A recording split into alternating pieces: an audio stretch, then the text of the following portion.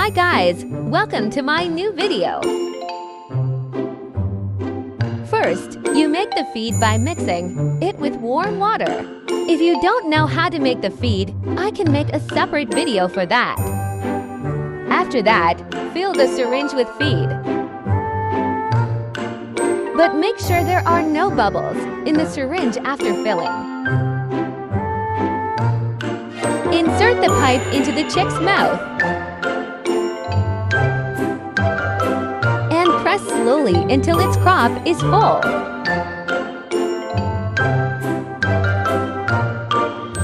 You can feed the chicks 3 times a day.